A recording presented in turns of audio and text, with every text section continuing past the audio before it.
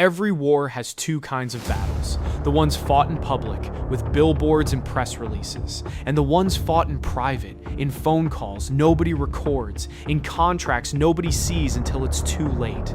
Right now, in professional wrestling, both are happening at once, and at the center of it is one man who doesn't need to raise his voice to be heard, Triple H. To understand what's happening, you have to understand what he's actually building, not a rivalry, a siege.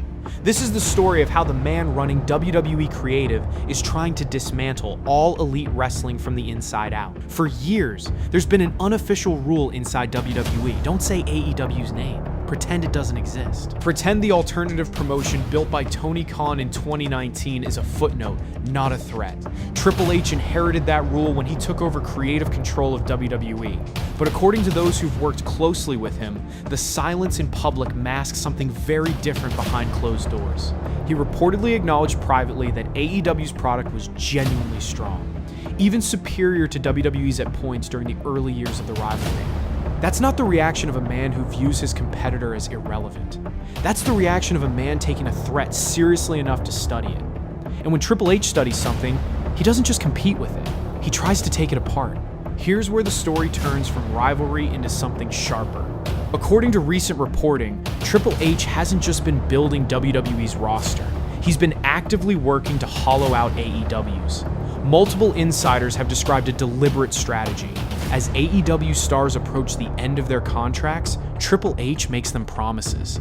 Big ones. Sources describe him offering top AEW talent guaranteed title runs within their first year in WWE. Specific pushes, specific spots on the card, not vague interest, concrete incentives designed to make the jump impossible to refuse. And the timing isn't random. Several of AEW's most important stars, names that built the promotion's early identity, have contracts reportedly approaching expiration.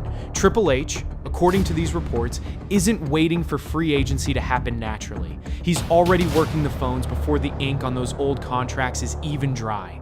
One insider put it in blunt terms: this isn't just recruitment. It's an attempt to cripple the roster Tony Khan spent years building to hit AEW exactly where it would hurt the most. If this sounds calculated, that's because it is. This isn't the first time Triple H has used this approach. Names like Cody Rhodes and CM Punk, two of the most important stars AEW ever had, two men who helped define the promotion's early identity, didn't leave by accident. They were brought back into the WWE fold under Triple H's watch in moves that reshaped the landscape of both companies. Cody Rhodes' return in particular became one of the most consequential storylines in modern wrestling. A founder of AEW, walking back through the doors of the company he left behind years later to become one of WWE's biggest stars.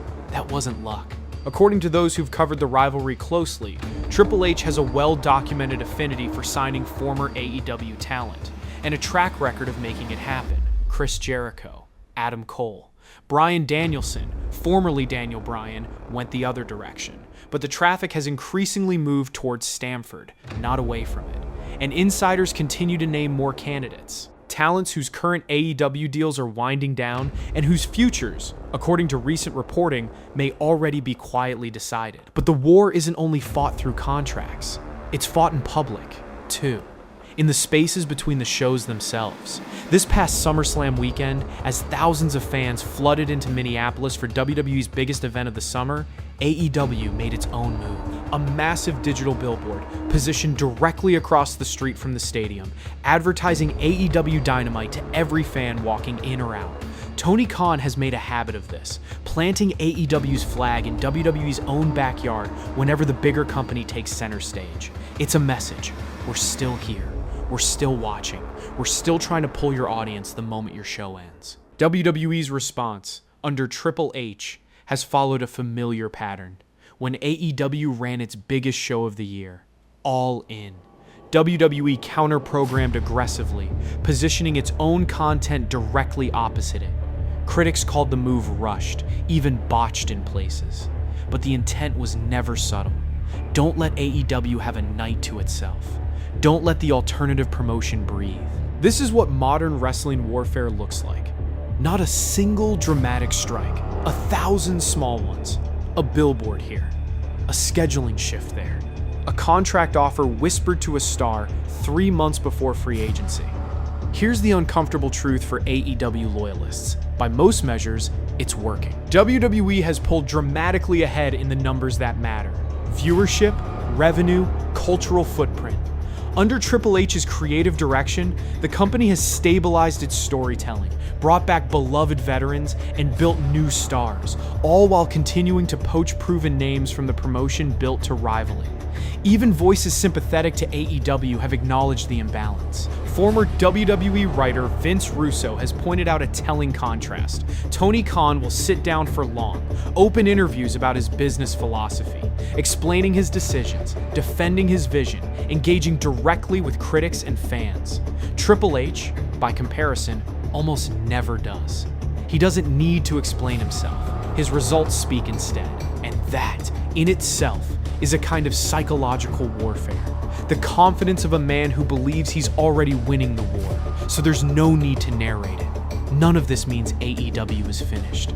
Far from it. Tony Khan continues to sign new talent, continues to build new stars, continues to plant his flag wherever WWE tries to claim the spotlight. The rivalry between the two men, Khan, the outspoken challenger, Triple H, the quiet operator, has become one of the defining storylines of an entire era in professional wrestling, even when neither company will admit it out loud.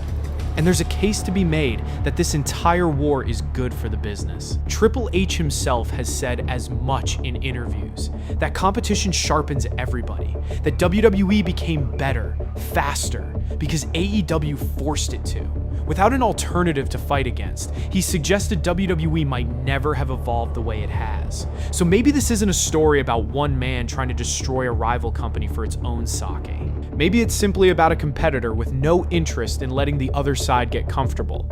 As of this year, the reported targets keep growing. Insiders point to several more AEW stars whose contracts are reportedly winding down. Names whose futures, if the pattern holds, may already be the subject of quiet conversations behind the scenes. Triple H has publicly framed WWE's approach as balancing fan demand with long-term planning, never confirming specific targets, never tipping his hand. But the pattern is now too consistent to ignore.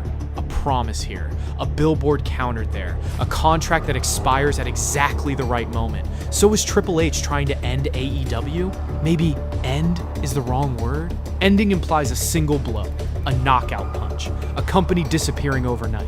What's actually happening looks slower than that, and, in its own way, more effective.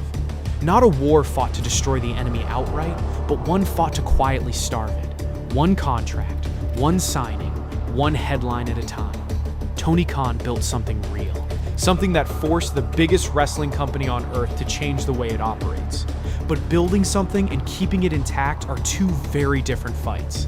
And right now, according to those closest to the situation, Triple H isn't just competing with All Elite Wrestling.